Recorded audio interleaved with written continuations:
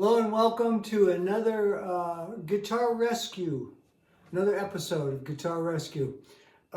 Today we are going to do some upgrades to this nice, very nice Yamaha FG830. Okay, these are not expensive guitars, but this particular one sounds incredible. I hope I don't, I'm trying to make it, it sounded at its best. So hopefully it will when I'm done, but it sounds great now. I've already lowered the action and stuff and I'm enjoying playing it.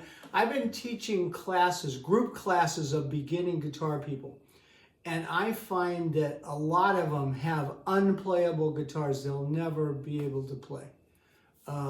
So I bring extra guitars to the classes. There's like 12 to 15 people in these groups. So I bring a bunch of guitars, different sizes, different price ranges, mainly in the beginning, entry-level price range, like a guitar like this. This is a dreadnought size, but I bring different sizes so that they can try them on. So this is one of those guitars that I bring there. But I have some things that I want to do to this guitar. I've done a video on a little Epiphone that I had with this upgrade. I think this is the best upgrade you can do to a guitar for under, I think it's under $13. I think it's like $11 and some change, and maybe there's some tax on this. This is a bliss time. You can get these things on Amazon. And in this package are rosewood string pins, okay? There's a bone nut and a bone saddle, and I measured the things. You got to measure your nut before you order things. So I did, and this seems to line up beautifully. So we're going to do that, and I have an LR Baggs element that I took out of my Martin when I put a hi-fi in there, which I love, by the way. But I have this whole pickup system. It's a piezo pickup system. So I thought I would just put it in here. This one has never had electronics, so you have to drill out the back, which we're going to do today, okay? Also, you have to take the plastic pin out of the back of the guitar. I went onto a forum just to see what people have to say about that. I saw some crazy stuff on there about taking the pin out of the back, bang it out from the inside, break it off and drill it out. I don't think you need to do that. It was relatively simple. I got a hair dryer and I laid the guitar down. I put the hair dryer there. I let it, blow on the pin for a while to get that glue loosened. I got a pair of pliers that are kind of round in the middle. I put a rag around the pin, and then I you move the pin. You don't try to pull it out. You move it so that the glue breaks, and then you pull it out, okay? It's a lot easier, and it stays in one piece, and you don't take a chance of hitting things with a hammer, okay?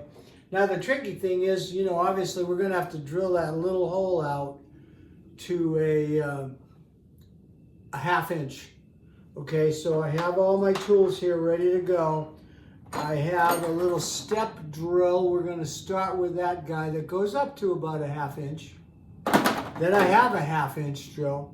Then I have a little 1/2 inch reamer just to make it smooth if I need to.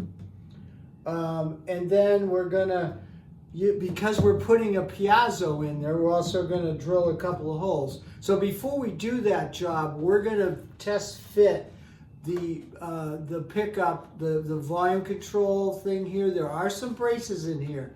It's going to be a real close call because I like to get it out of the hole so that if I want to put a sound hole cover on so I don't get feedback, it will work, okay? And then I always drill a hole on both sides. So I put my piezo comes in one side and goes out the other side. So you can always move it if it gets a little dead spot somewhere along the line. You can move it because you usually have a lot of piezo to work with there. Okay, so that's what we're going to do. And we're going to knock the nut. It comes with a, it's not bone, but it's a synthetic type of nut and saddle. So it's not plastic, but it's like just about. So I'm going to put the bone on there. But, you know, we're going to have to, because we're now adding a piezo, we have some height now that we're going to have to eliminate. Okay, so we're going to have to sand down the nut, the bridge, saddle, and get it the right size. Okay, so we're going to do this in little segments here, so you don't have to watch me do a whole bunch of stuff. So I think the first thing, I got a pretty good idea of what the measurements were when I started, because I just had set it up not too long ago, adjusted the neck. So I got a good idea of where I want to end up. So I'm going to, you know, take the strings off and do some stuff there, and then I'll come back and you'll see what the heck I'm doing. I got all my parts, my tools. I am going to use on my LR bags, because I've already had it installed and taken it out. There's no sticky tape on the volume control. I have super glue gel. This stuff is really great when you're doing these kinds of jobs, because it doesn't harden immediately, so you can reset things, you can move things to get them where you want it before it sets up. Okay, and then if you want to remove it, like I did on that one, you can just, you know, heat the area up a little bit with a hairdryer or something till the glue melts, and then kind of pop it off. Okay, so it's not as permanent. It's pretty permanent, but it doesn't do any damage. So we got that, and then we're going to put the nut and saddle. So I'll be right back. We'll probably take the strings off next and show you where we are. Stand by.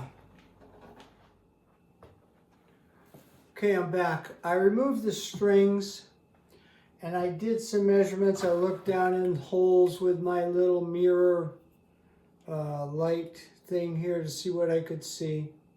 I was a little concerned. There's an X brace right here by the bridge, and there's a funky little, I don't know what it is. It's just a little piece of wood in here. It's not really doing anything. It's a little strip of wood, but it's right where you'd want to put your volume control. So I was a little concerned that where I was going to drill the piezo holes were too close to the X brace. So I thought I'd start there, and I was real careful. But I used this little drill that's the size of the piezo. Okay, I measured the piezo against the drill, got the right size. And I drilled it just a teeny bit on an angle. Both of them I kind of angled this way, away from the brace. Okay.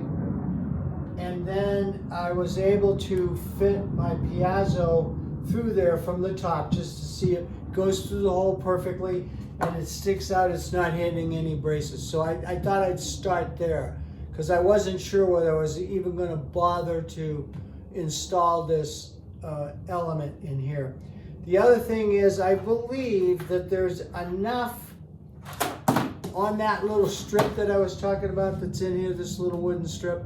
I think there's enough meat on that to hold the volume control, and it won't wiggle. And it's actually a nice thing because it drops it down a hair into the hole, so that if I put a sound hole cover on it, because acoustic guitars with big holes in them and piezos tend to want a feedback, okay? So a lot of times you need to put a sound hole cover in it, and you want to be able to cut out a little area of your sound hole cover so you can get to your volume and tone control if you have one. So those are my next moves. Next thing, I'm going to drill out the back of the guitar, and I'm going to drill it out to about a 1/2 inch so that I can put my end pin through. And when you take the strings off, I took the strings off, you want to save a string, preferably a B string, something that has some strength to it but isn't very thick, because we're going to use it to pull the end pin through the guitar. Because I tried to reach down here to feel about how big that block was down there. I can't even get my arm down there. So we're winging it on this one. Hopefully that block is not too big for my end pin. So that's where we are next. So the next thing I'm going to do is I'm going to drill out the back of the guitar. If it doesn't come out good, you won't see this video ever. But if it does, I'll be happy. Okay, I'll be right back. You don't need to watch drilling and everything. But I'm going to take this drill, not my favorite drill, but I'm going to take it, keep it straight. I'm going to bring that hole out, probably with my tapered drill first. And then I'll check how the fitting is and probably run my half-inch drill, complete half-inch drill bit through the hole. Okay, so that's the plan. I'll be back in a minute. Stand by. Okay, we're back. I had to make a few passes through here. First of all, I put masking tape over the hole, poked the hole. Then I drilled it with my tapered bit, this kind of a tapered bit. Then I actually went to go to a half-inch, and it was too tough. So I went one step down from a half-inch, went all the way through the hole with this guy. Then I did my half-inch and went all the way through with that. Then I took the end pin and put it through from the other side, from the back side, just to make sure that it went all the way in, which it does. Here I am. So now the next thing is, I told you to save a string. So what we're going to do is we're going to put a string through the end. I'm going to take the masking tape off now. We're going to put a string through here and bring it up through here. We're going to hook the end. There's a little hole in the end of that pin. We're hoping that we have the adjustment set right for the width of the block at the back there. Otherwise, you got to take it back out and adjust it. So we're going to pull this through and make sure that the end pin tightens up. That's our next step. So maybe you can watch that real quick if I'm lucky. I got a string. I already lost that bass string I told you to save. It's around here. I'll find it. But right now I don't know where the heck it is. So now I've got an E string. Fortunately, this is an acoustic guitar, so it's probably like a 12. I don't know what they had on it. Had new strings on it, actually, but they're getting changed with a set of Martin original strings. Okay, so now we got this guy. We're going to run this through the hole in the end here, hopefully. That might take a minute to watch me mess around with this. Let's hope we can do this. We get it in the hole.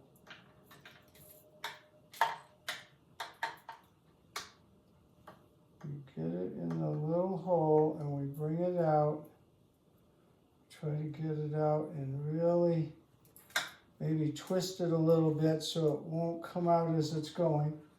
Okay, so now I got the other end of the string pulling out the hole. I should take this masking tape off real quick just because it's in my way.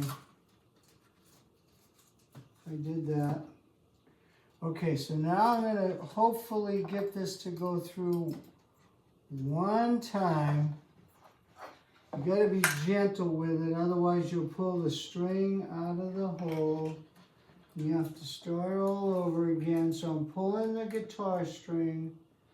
Oh boy, that was tricky. Okay, voila. Okay, now before I lose that, let me try to get a nut on here. Okay, we got the string, we got a washer, we got a nut.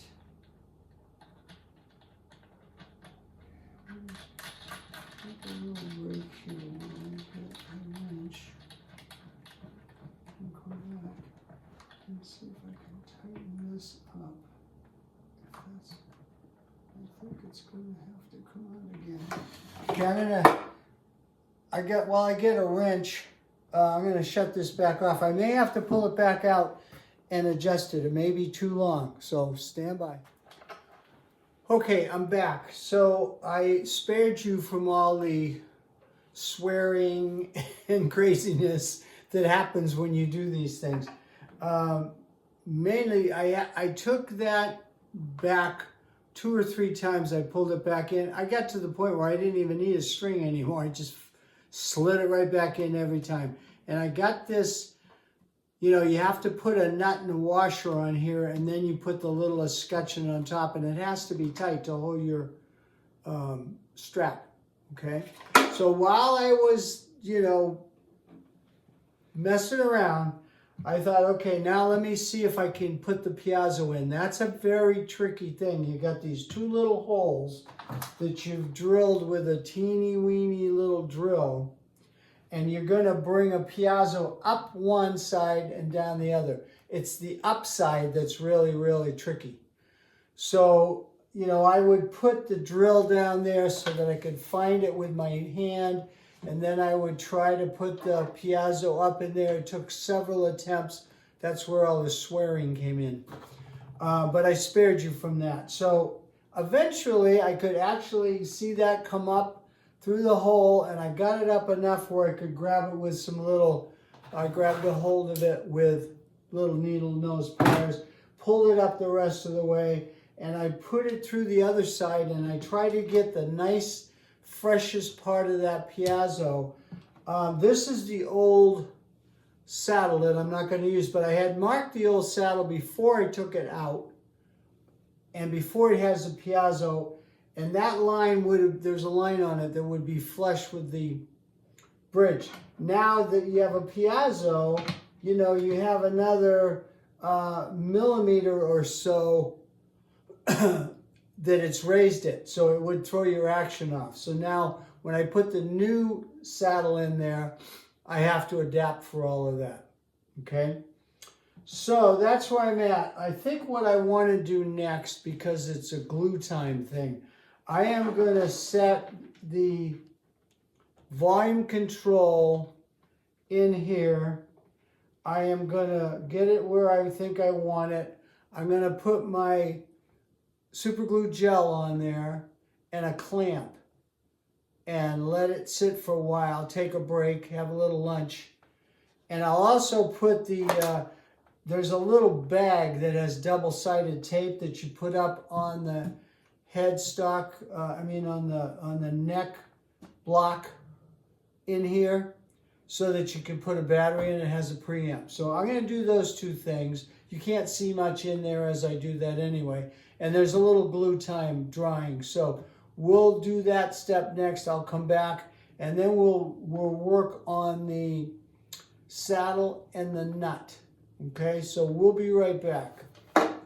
Oh, and by the way, yeah, that's all on there nice. I think I mentioned that. That's fitting real good now. Okay, so we'll be right back.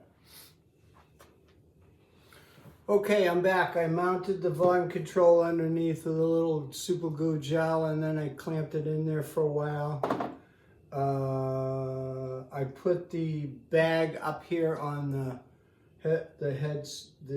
neck block that's inside here, so you can put a battery in it. I put a battery in it. I marked the old saddle before I even started taking it apart, and then I matched it up with the new saddle. I put marks on the new saddle, and then I sanded down the saddle, so I have enough bone here on my little sanding pad to make a voodoo potion. You can see all of that, okay? So that the next thing we're gonna do is the nut. Same concept. I marked this nut. I put a line across where it meets the fretboard, and I will match up the new nut and the old nut. So I'll probably have to take a little off of the new nut, and then I will just like a little of this glue and a dab of water. You don't want it to be too gluey.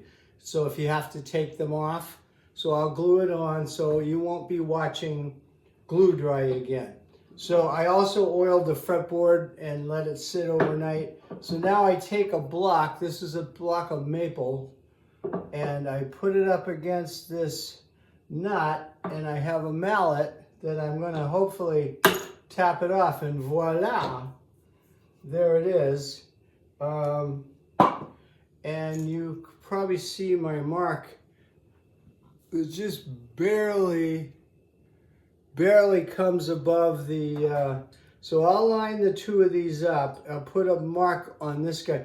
I think this guy is actually, boy, I think it's pretty bloody close. I don't think it's going to really need any sanding. So we are going to get that a little stuck on there, line it up, and just stick it on.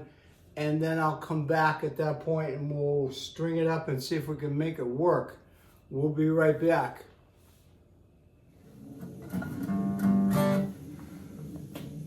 Okay, I'm back. This little guy has been fighting me every step of the way. But we are done. I spared you from all the anguish.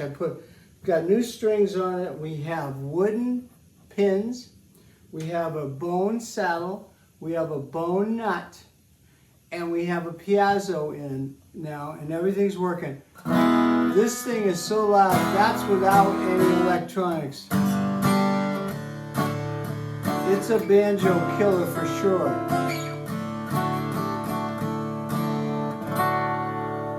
So I'm happy. I probably will take it a little bit apart again.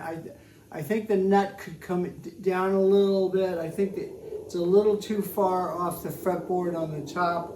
It's pretty good down here now. I like my action pretty low, so I'll mess around and lower it. And the volume control, I mentioned there was a wooden strip in here, and it's kind of, I don't particularly like it, so I'll probably put a hairdryer on there, pop that off, and try to move it to a more strategic location. That little wooden strip kind of gets in my way, but it's in there and I can reach it. So there's some electronics on there right now.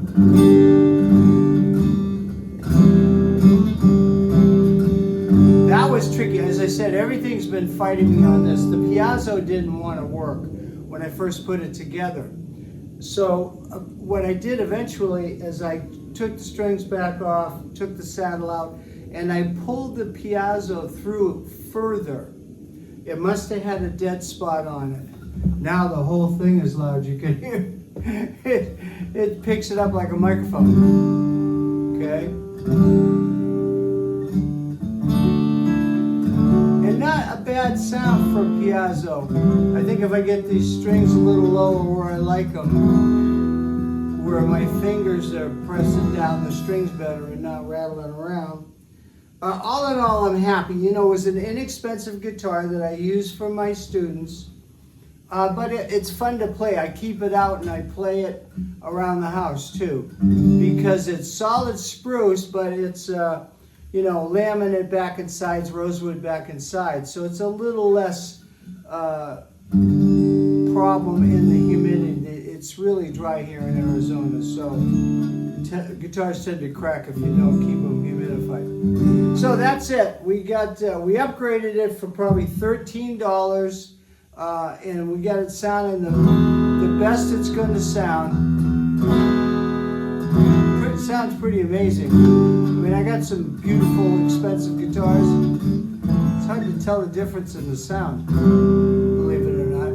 Okay, so $13 an upgrade there, and I had the pickup laying around, so I threw it in, and here you go. I'm happy. We're going to see you in the next video, and I'll try to make this next one a little shorter. Everybody be safe out there.